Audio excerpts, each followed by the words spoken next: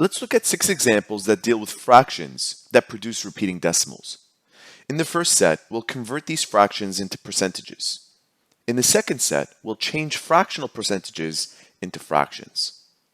Let's begin with 1a.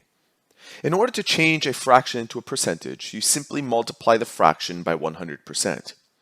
So we take 2 over 3 and we multiply it by a factor of 100%. Now feel free to ignore the percentage sign until later on when we find the answer. So how do we multiply 2 over 3 times 100? You simply take the numerator of your fraction and multiply it by 100. So we have 2 times 100 is 200, and the denominator here is 3. So your answer is 200 over 3%. Now in the real world, you would more likely want to write this down as a mixed number fraction or as a decimal. So let's find out what that is as a decimal.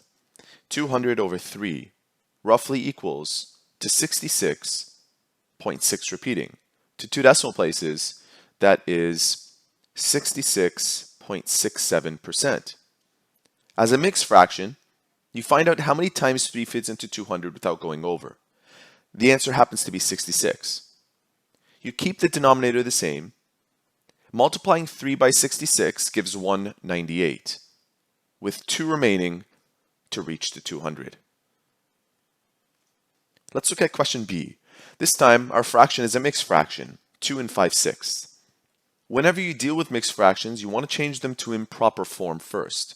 So to change 2 and 5 over 6 into improper, you retain the denominator, and you take 6 times 2, or 6 times the whole number, it happens to be 12, and whatever that is, add to it the numerator. So 12 plus 5 is 17. So we have 17 over 6, and now we multiply this by 100% just like before. Multiplying 17 by 100 gives us 1700 over 6. And notice that both 1700 and 6 are even. So they're both divisible by 2. Let's try to reduce this.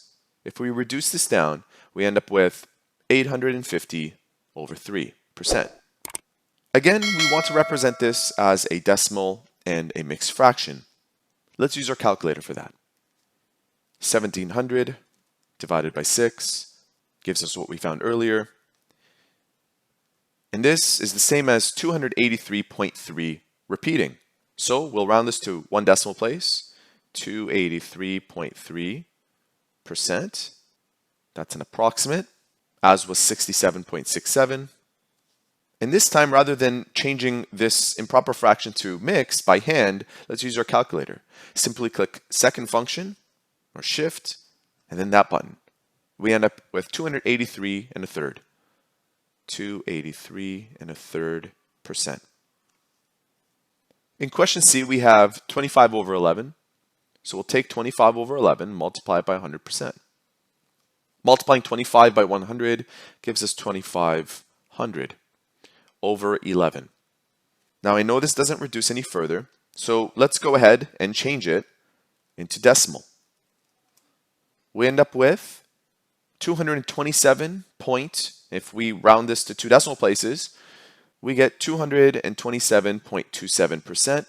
And again, that is an approximate. Or you can write it down as a mixed fraction. Use your calculator.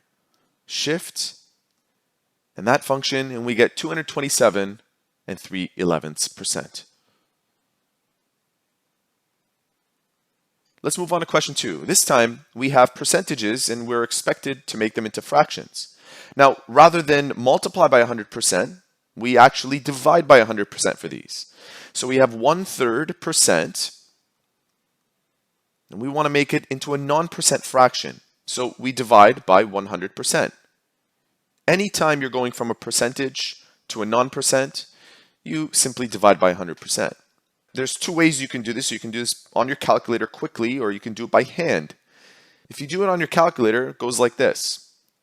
You take 1 over 3, and you divide it by 100. Ignore the percentage sign. Simply cancel out the percentage sign for your final answer. So we get 1 over 300. No percentage sign. They go away. So that's your answer. Now, if you want to do it by hand, the trick is you take the 100 and you multiply it to the denominator of your fraction. So when we divide by 100%, you can simply take that 100 and multiply it to the denominator. And only to the denominator, not to the numerator. So we get 1 over 300 just as before. This trick simply has to do with the way we divide numbers. We won't get into that here. I'll just be showing you the quick and easy way.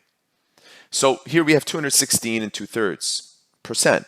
As I said before, when we're dealing with mixed fractions, you want to make them into improper, even in this case.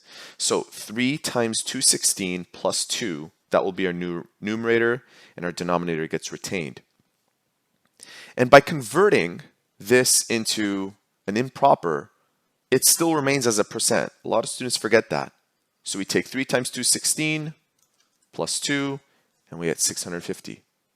Again, this is still a percentage, even though we made it into improper. Now we divide by 100%, just like before.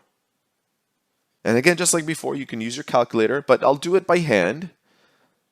I'll take that 100 and multiply it to 3. Remember, you take 100 and multiply it to the denominator. And you end up with 650 over 300. Only after you've performed this can you ignore the percentage signs in your answer. Now, this looks like it can be reduced. You can reduce it by hand or simply use your calculator again. 650 divided by 300. This calculator automatically reduces it down, but you're more than welcome to use the divisibility rules to bring it down to 13 over 6. Personally, I would start by dividing both of these numbers by 10 and then go from there. For our final question in this tutorial, we have 33 1/3%. Again, 33 1/3% needs to be made into improper before we can start. To make this into improper, we take 3 times 33 plus 1. And this results into 100 over 3%. Let's divide this by 100% and apply that little handy trick.